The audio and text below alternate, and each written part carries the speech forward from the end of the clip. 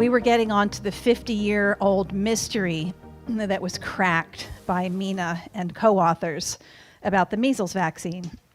So to me, after reading this so many times and reading every single reference, the mystery is how they got away with the study design and the jury-rigged data and the flawed immunology to support their three hypotheses. Mina and his colleagues have supposedly been using computer models and medical records, as you can see here, to figure out what happened.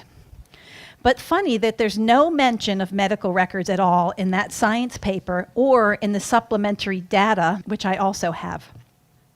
And it would have been really great if real children's real clinical medical records from way back, or even from more recently, had formed any part of the confirmatory basis for their hypothesis. But that didn't happen. While the article admits that the conclusions are a hypothesis, the results were presented as a revolutionary, mathematically revealed discovery, which has solved some long-standing mystery upon which action should be taken. I read through these articles wondering why the world's expert on measles never noticed this phenomenon before, particularly if measles infection also wiped out any immunity gained from vaccines or from natural immunity before the vaccines were marketed. I couldn't understand why it was that the messages from lay media to parents and doctors didn't really discuss the study, but used the flawed conclusions as a direct attack against vaccine-hesitant parents. The answer became clear after looking closely at the track records of another author called Osterhaus. And his name on this paper is a big red flag. Osterhaus is a veterinarian who wears many hats, one of which is an organization called MUGAS, which was set up to fund a supposedly independent review of the anti-flu medication Tamiflu. So why are we talking about Tamiflu? Because Osterhaus, who is a veterinarian, has made his niche in animal flu and related infections. Because Osterhaus has been trying to frighten the public over impending animal flu into humans for years. He's currently known as Dr. Flu, or the swine flu pope, in his home country, the Netherlands. His doctoral thesis was on peritonitis in cats. Now, I'm often criticized for being a nephrologist who criticizes vaccines. But this man is a veterinarian and doesn't even have a license to practice medicine on humans, yet he's in position to set world policy regarding vaccination to humans. He's also been criticized for what has been described as a fear campaign, calling for far-reaching measures to combat the 2009 flu pandemic. In an opinion piece, physician and microbiologist Miguel Ekelenkamp called Osterhaus a scaremonger. And he said, quote, "Expert Osterhaus should be banned indefinitely from television. Everything he claimed turned out to be untrue. We're not all going to die like we did in 1918. Not everyone needs a vaccination. We are not going to give Tamiflu to everyone, and the virus has not mutated into something much more dangerous." Osterhaus was also criticized in this Science Journal article by Martin Enserink in 2009. Now remember, this is the same journal that just printed this one that I'm putting around. The article here, looking more closely, quotes a Dr. Luc Bonneau calling Osterhaus a fearmongerer and also saying that an alpha male like Osterhaus is going to dominate all of the committees. Osterhaus was described as the alpha male. There was so much upheaval in the media over Osterhaus's behavior that health officials were concerned it would have an anti-vaccination effect on HPV vaccines. Note that this is the same journal that published Mina and Osterhaus that I just put around. So remember the name Martin Enserink, okay? Because that's going to become important also. Remember how Miguel Kellenkamp mentioned Tamiflu? That's because Osterhaus also pushed Tamiflu, not just vaccines. And there's a reason for that. Dr. Tom Jefferson of the Cochrane collaboration, who has come out against the influenza vaccine research and the comprehensive nature of it, he considered Tamiflu ineffective and published a statement saying that what was needed was total transparency with all of Roche, the manufacturer of Tamiflu's, data provided to the Cochrane collaboration, which is an independent peer review collaborative effort.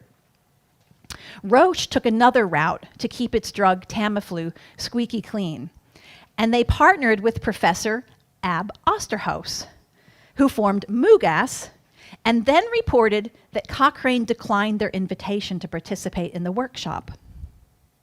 So Osterhaus found an innocuous-looking business partner, and Roche provided the money to set up MUGAS. But Osterhaus seems to never be short of an opinion or three, and he made it clear from the start that MUGAS's mission statement is to counter anti-vaccine lobbies, because according to MUGAS, which stands for Multi-Parity Group for Advice on Science, we always cause confusion. But you ask, what does MUGAS have to do with the media? Well, notice here, I'm just going to read this to you. He said, these are just clips that I took right off of the website. Whenever the public health debate suffers from a multitude of conflicting messages, studies, and conclusions, MUGAS Foundation can help by performing an independent overall review or analysis of all available scientific literature and data. And he says that anti-vaccination lobbies deliberately misconstrue information to suit their own needs. So as far as what they have to do with the media, Osterhaus is co-author with Mina, okay? And I looked carefully at MUGAS's partnerships.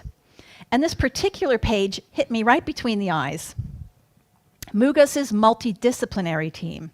Remember Martin Enzerink from Science? He's the European editor of the journal.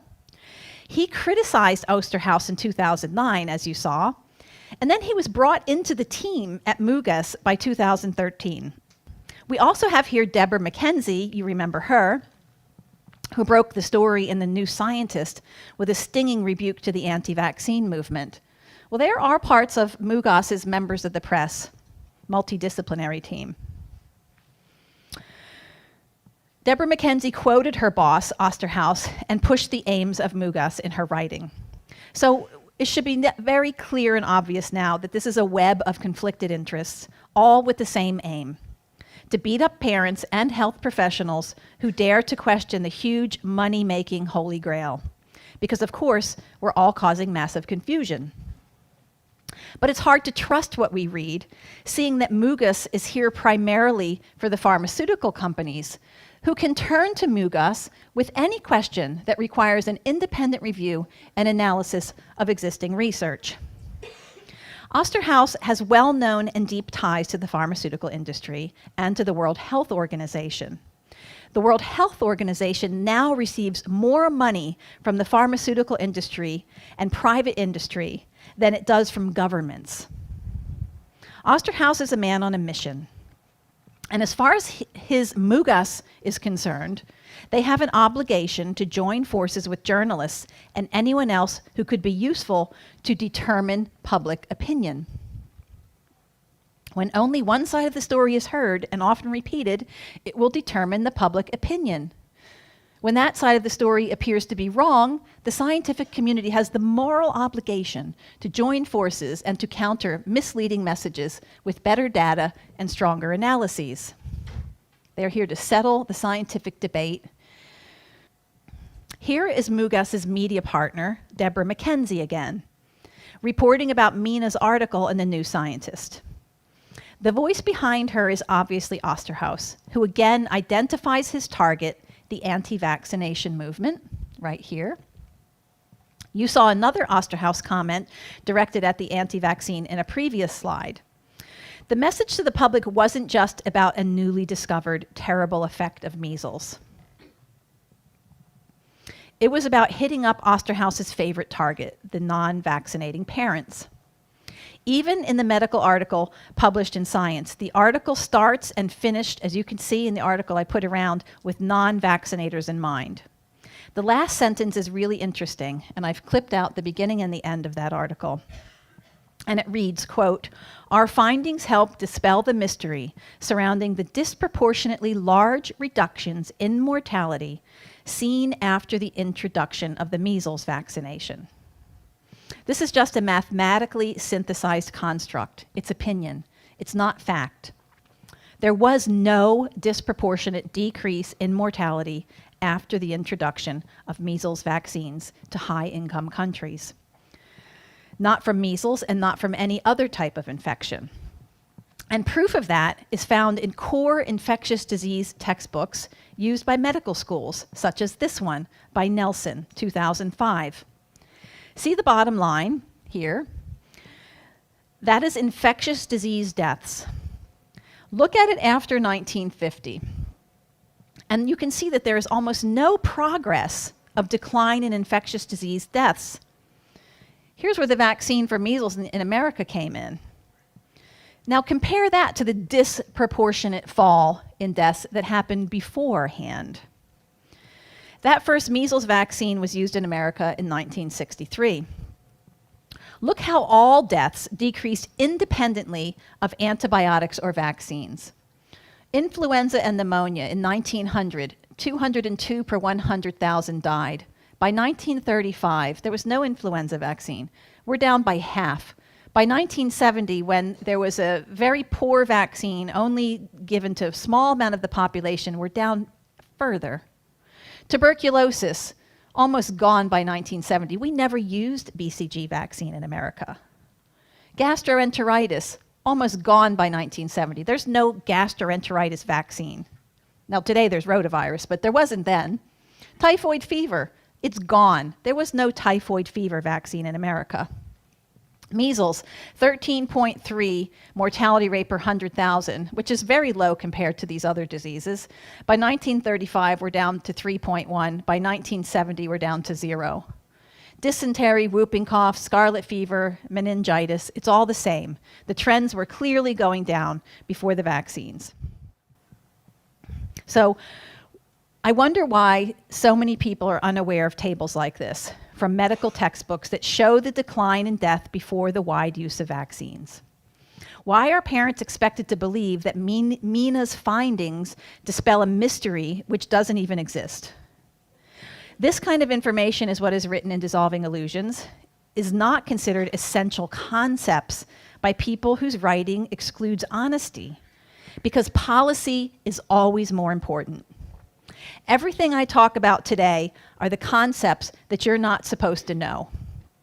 When Osterhaus talks about determining public opinion, he's really talking about removing from your knowledge everything the medical system considers to be non-essential concepts.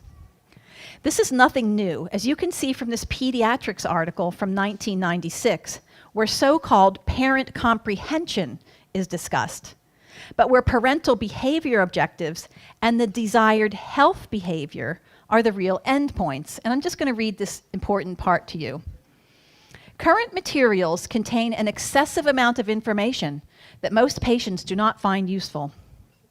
The number of concepts per pamphlet should be limited.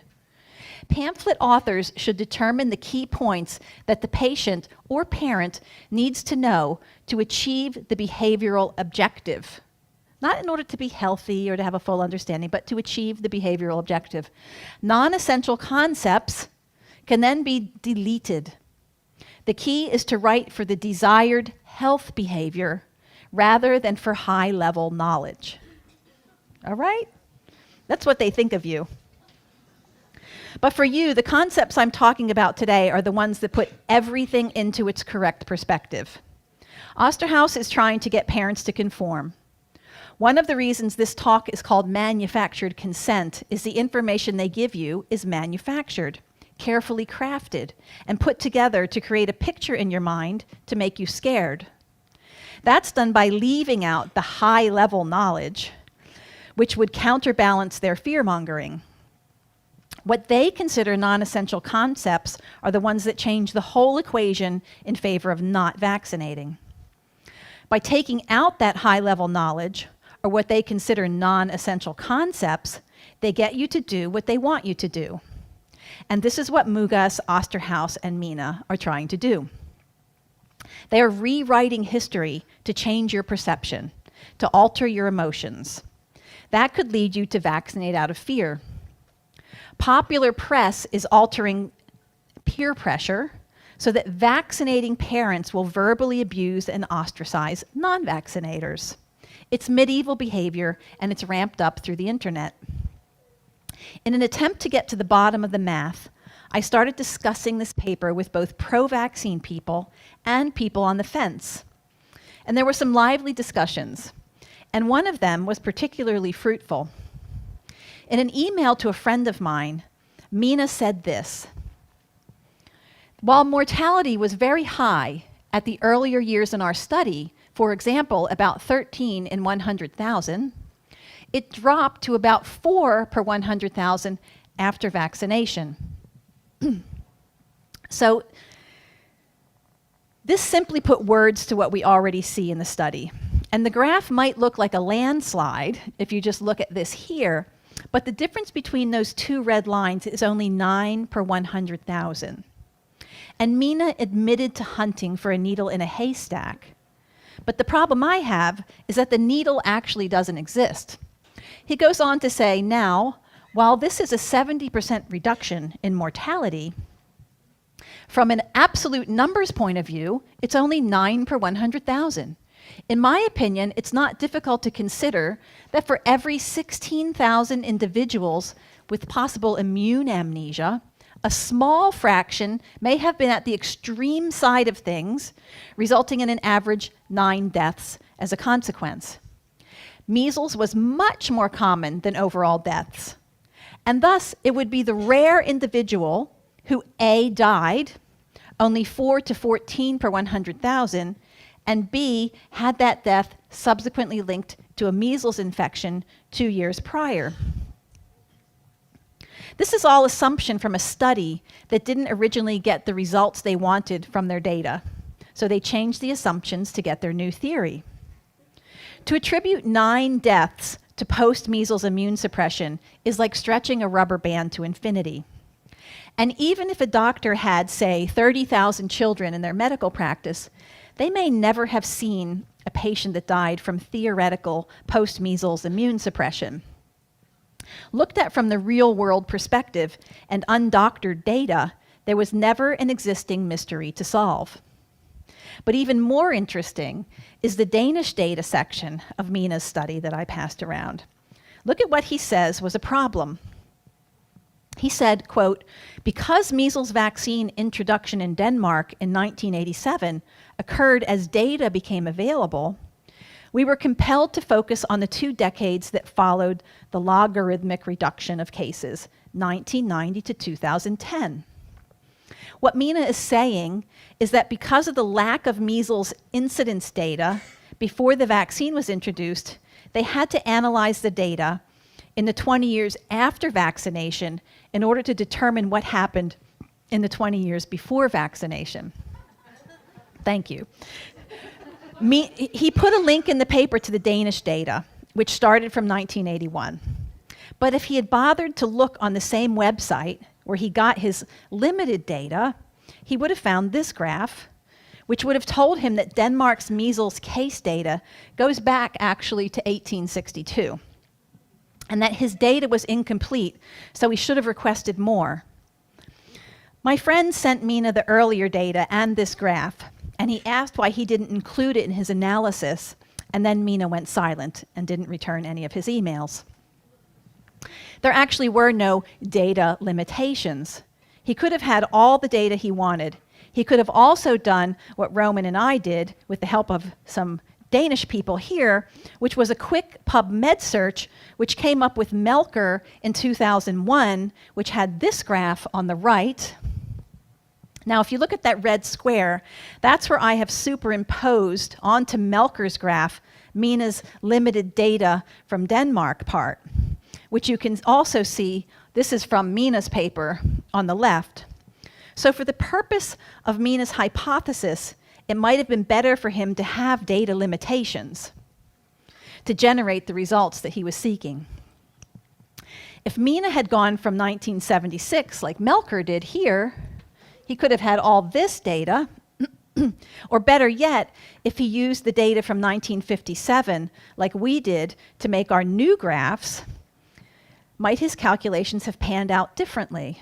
Here it is again, our new graphs that Roman put together from the data that our friends here got. On non-measles deaths in children from Denmark plotted against the measles incidence.